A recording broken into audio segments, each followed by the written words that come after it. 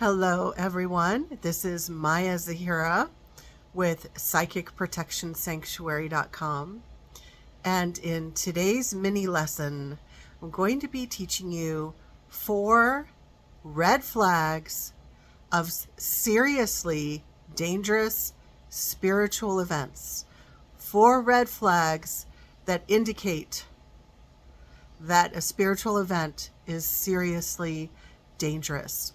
Now, some of the things that I'm going to describe might sound really outlandish to some of you watching, but I would not be making this video if these events were not wildly popular. So when I describe these things, many of you are going to be like, well, yeah, of course, like those things are really dangerous, or there's something really wrong there. But there are many, many people attending events just like this, and because they don't know any better, or because everyone else is saying that it's okay. In fact, I've seen this where everybody else is saying that it's okay, and then the person who's speaking up about it is like questioning, second guessing themselves, because they're like, well, maybe I was being too harsh or something like that. So I'm here to tell you, if you have felt that these things in these spiritual events are problematic, you are not wrong. Okay. Now, I'm going to be describing actually events put on by a specific spiritual thought leader, a very famous thought leader in the field of mind-body healing and spirituality. So I'm creating this video in 2025, but here's the thing. I am not going to say who this is because I usually don't talk about specific names on my videos when I'm calling things out, because here's the thing. This person might eventually leave the field, and there will be 10 more people that will take his place that will have similar practices. So what I really want is for these understandings to be timeless for you. If you're watching this video 10 or 20 years in the future, and that thought leader is maybe long gone, or maybe not, who knows, but you will be able to use these concepts no matter who happens to be in the limelight. This particular person, though, is currently seen as an expert and featured on popular media outlets, especially popular spiritual TV, etc. Definitely put forth as like the expert. And in fact, whenever I have brought up the subject of like mind-body healing, immediately people are like, oh, so-and-so. And I'm like, no.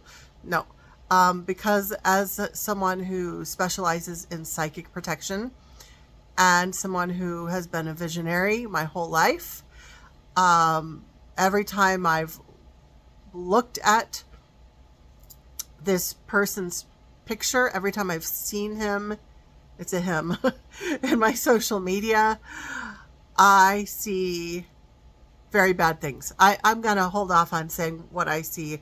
I did give a lot of details to my academy students, but I want to back up a little bit and talk about the 4 major red flags. Okay.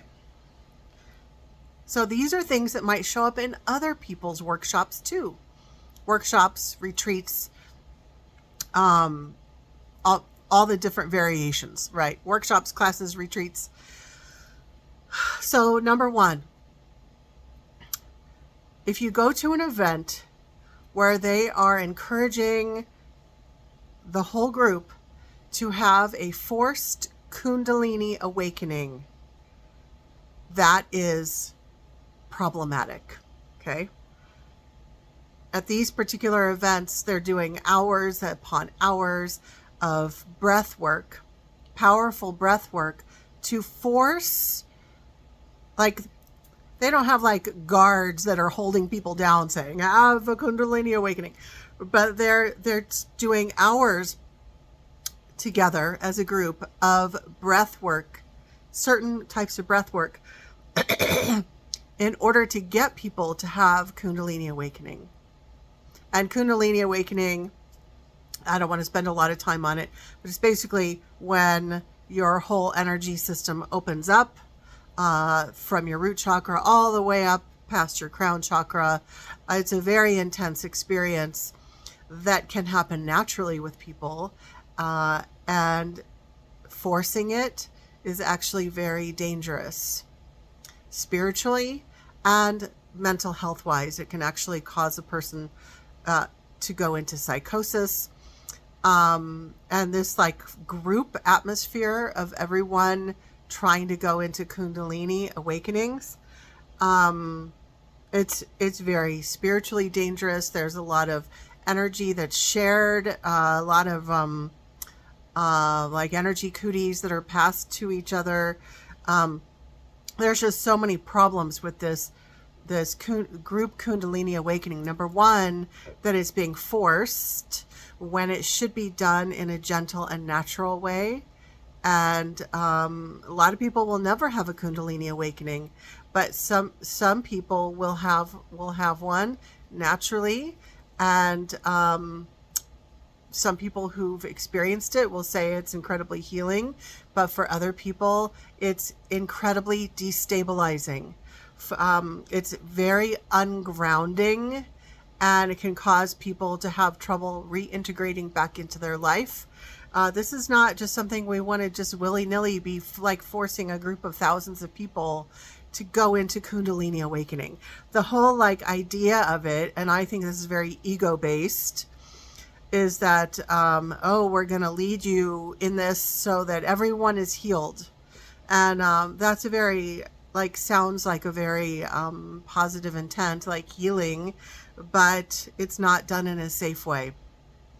So if the intent at a workshop or a retreat is to do hours of breath work in order to force a Kundalini awakening, or a big major energy breakthrough, that's not good individually, and it's also dangerous for a whole group to be doing it at once. It's just like a big shitstorm of energy. Not good. If you are thinking of going to an event where that's the main thing that they're doing, I would encourage you to rethink that. Of course, you have free will, so you're watching this so you can get more information, but I would strongly encourage you to rethink any event that's the main attraction. In fact, I'm so against this practice that I was recently going to work with a different mind-body specialist, but this person kept bringing up this famous person, and I was like, if you're promoting that, I don't want anything to do with anybody who's promoting such unsafe practices that they're calling mind-body practices. That's not safe at all. So I was like, never mind, because you don't you mean well, but you don't have very good discernment. That's okay. I have my own discernment, and I'm moving on. Number 2 red flag. This is one of the ones that is going to sound really obvious, but it's not obvious to everyone. Number 2 red flag of a seriously dangerous spiritual event. Okay, you're at this gathering, and some of the attendees are screaming. Okay? Now, we can tell ourselves lots of things about what that means, and the facilitators can tell us things. Like, whatever stories they have about why that's okay. Like, oh, they're channeling energy, or I don't know, like whatever things they're gonna tell people. And here's the thing. I used to go to events 15 plus years ago where I never went to anything where there were forced Kundalini awakenings, but where there would be random people screaming and like having mental breaks. Yeah, I went to events like that, and I didn't know any better. I was like, oh, they're just having emotional releases. But if people are screaming during the breakthrough process, that is a sign that people are, I mean, yes, we can have emotional processing, but there are also going to be people who are having mental breaks. Okay. Unless there are, like, if this is an event that's put on by trained, licensed therapists, but most spiritual events are not put on by licensed therapists that can, and where there are enough therapists there present to be with each person who's on the verge of having a mental breakdown. Okay.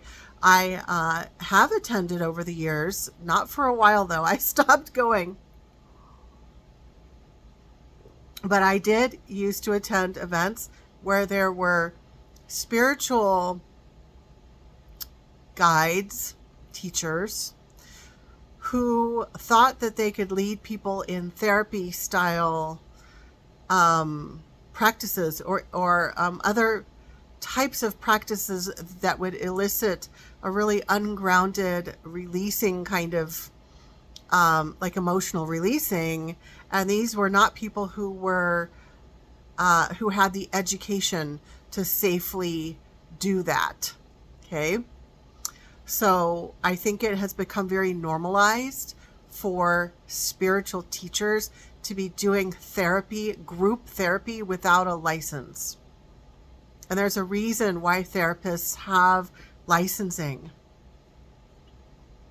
And there's a reason why many people go away. There are people who claim that they've been healed by this person's events.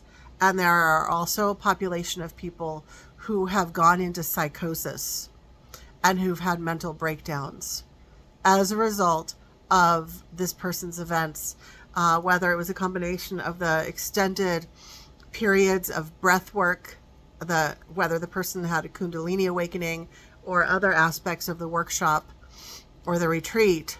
But there are populations, like a subpopulation of people within this person's attendees that end up having mental breakdowns.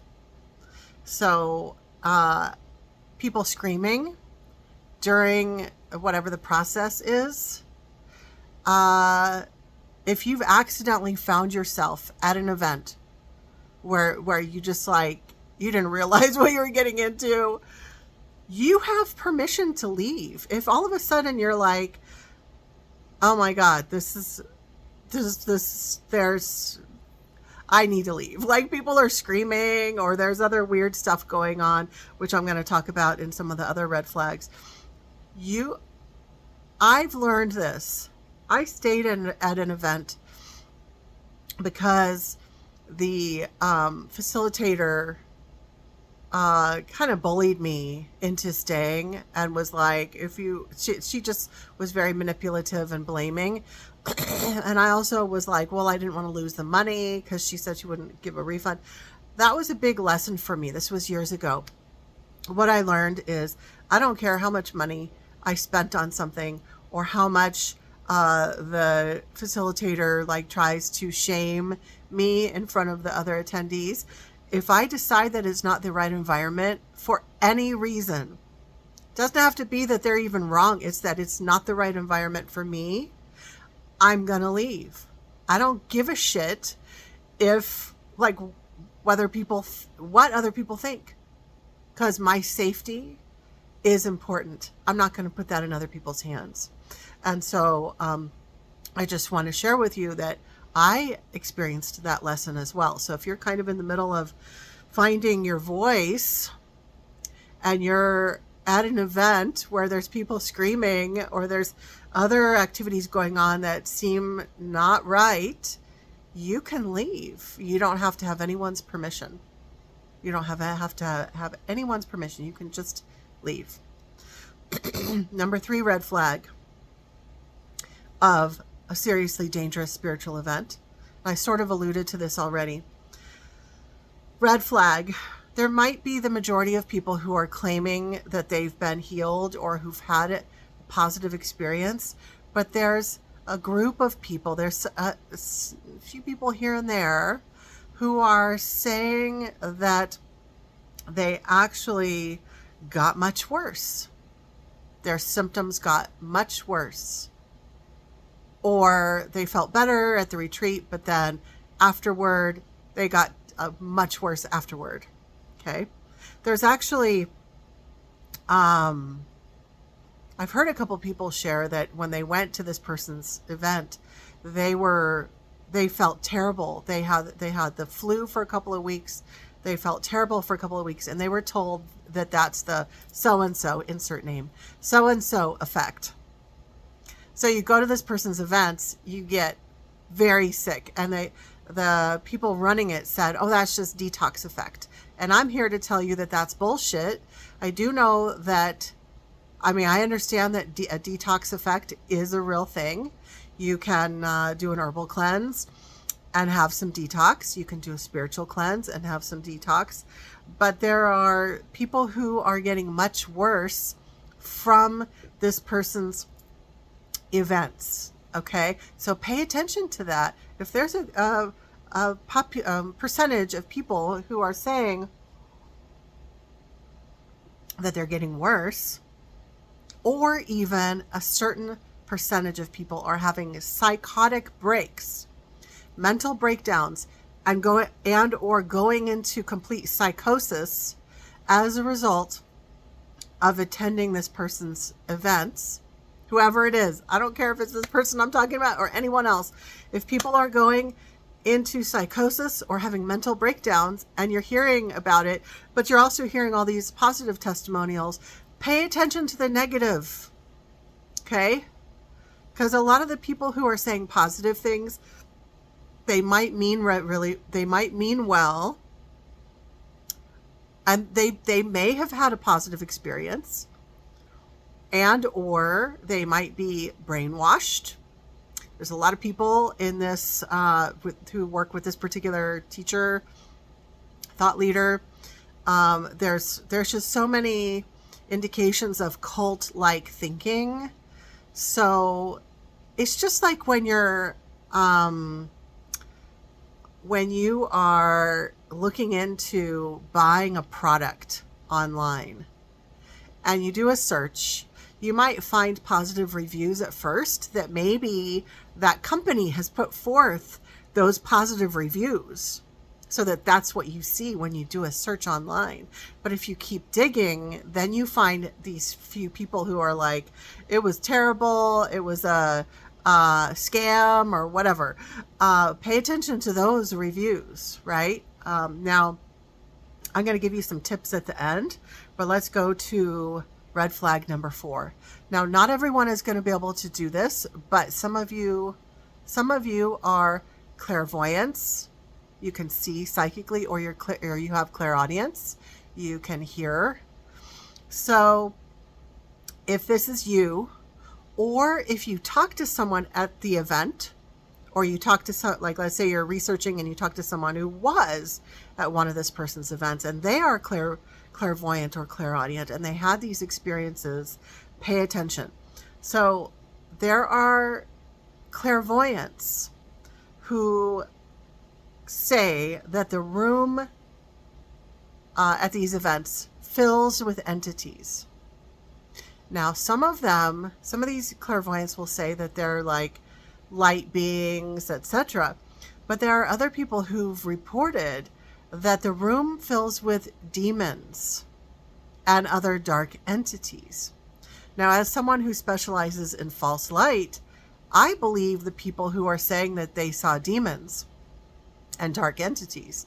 The other people were being fooled by the illusion. Okay? But also, it's problematic if the room is filling with entities. Do you want to be at an event where the space is filled with entities? Any event where the space is filled with entities, everybody is going home with entity attachments. Okay? That is a fact. Do you want to pay thousands of dollars to go to a weekend or week-long retreat? You want to pay thousands of dollars to go home with hitchhiker entities. Do you want that? I don't think so. Okay. So clairvoyance, we'll see entities, and clairaudience. There are people who've said that the person who is facilitating, who is talking everybody through to try to get them to have this Kundalini experience, that the facilitator, who is going unnamed, their voice begins to sound demonic. Not kidding. Their voice begins to sound demonic. And literally, actually, I watched a review from someone on YouTube, and she was saying that the room filled with red light. And I wondered, were they shining red light as a part of the process, or was she seeing clairvoyantly red light? I personally have been to a couple of smaller spiritual events, healing kinds of events, not by this person, but by two other people, in which there was a dark entity that came in as a part of the process, and the people didn't know it. And I saw the room fill with red light in each instance that I attended. And so I wondered, was this clairvoyant, or did they actually shine red light? I don't have the answer to that. But if there's like spooky red light and the facilitator's voice is sounding demonic, then you should leave. You should get up, grab your bag, and scoot out of there immediately. Okay? So, again, some of these things might just sound so out there, but I cannot tell you how gaga people are for this person's events. And last week, every time I logged into my social media, there that person was advertised as like the expert, blah, blah. I'm not going to give too many details, but the expert, world-renowned expert. And I'm like, why are people promoting this? You know? So you are on my channel because you are a truth seeker, and you tend to see beyond what is mainstream popular spirituality. So I'd like to invite you to share any other things that might be red flags. I have focused on specific red flags associated with a certain person's events, but this is not by any means an exhaustive list of red flags for spiritual events. There are many red flags at many different kinds of spiritual events. So I would love for you to share. Maybe you've been to a spiritual event that was really unsafe spiritually or emotionally or physically or what have you. Please share, because other people can learn from your stories.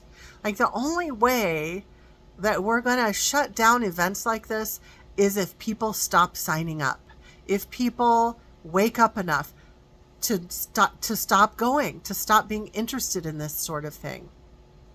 So here's a couple of tips. These seem really simple, but I think you'll find it helpful. Number one, research any events that you plan to attend. Don't assume that a spiritual event is safe just because it's a spiritual event. And definitely don't assume that it's safe because the teacher is popular or world renowned or has published books or is on Gaia TV or whatever. Don't assume that they are safe because of that. Don't assume that the teacher or the event is safe because a lot of people have said positive things. Okay? Use your own discernment and do your own research. So again, like I said before, don't just research the positive reviews. You can go online on a search engine, Google, whatever. You can also go on YouTube and research if there are any reviews, people talking about certain teachers or certain events. Don't just look at the positive reviews. Notice if there are even a few negative reviews. For just those few, there are many more people who are too afraid to speak up. Now, the truth is that no spiritual teacher is loved by everybody. I mean, I believe that I am a very high integrity, ethical teacher. But there have been people that I've worked with in the past who maybe weren't a personality match, just wasn't a good fit. So, they might not have loved working with me. Okay. But I think you'll be able to tell the difference between the program that they signed up for, maybe what wasn't the right fit, between that and this teacher or this event is highly dangerous, unethical, just like you should avoid it at all costs, right? Remember that if there are a lot of positive things being said about a teacher or an event, there could be some cult-like thinking involved in that. So don't get sucked into that group think. Think for yourself. Okay, so I think that's all that I have to say about that for today. I definitely welcome you to share any of your own red flags. There are many that I didn't cover today. So share those, share your stories, share any questions that you might have. I do go on YouTube frequently nowadays, and I look for questions and comments, and I love it when you guys interact. So be sure to like, comment, subscribe, all those good things. It helps this channel. It helps the algorithm. And I just want to make a quick announcement. Today's date, what is today's date? It's July 8th, 2025. And I am, I just have 2 more chapters left in my book that's all about false light. And so that should be coming out very soon. So I'm expecting it to be out in early fall. So get excited about that. If you are wanting to know more about non-beneficial or dangerous or unethical spiritual teachers or dangerous spiritual events, you can find out a lot more about that in my book that you can get on Amazon. It's my 3rd book. It's called The Dark Side of Spiritual Healers. The Dark Side of Spiritual Healers. And it's available in paperback, Kindle, and just recently there's Audible version as well. So check that out. The best way that you can avoid these toxic events and teachers is to educate yourself. And that book has way more information than I could possibly give you in a 30-minute video. As always, thank you so much for watching, and I'll see you next time.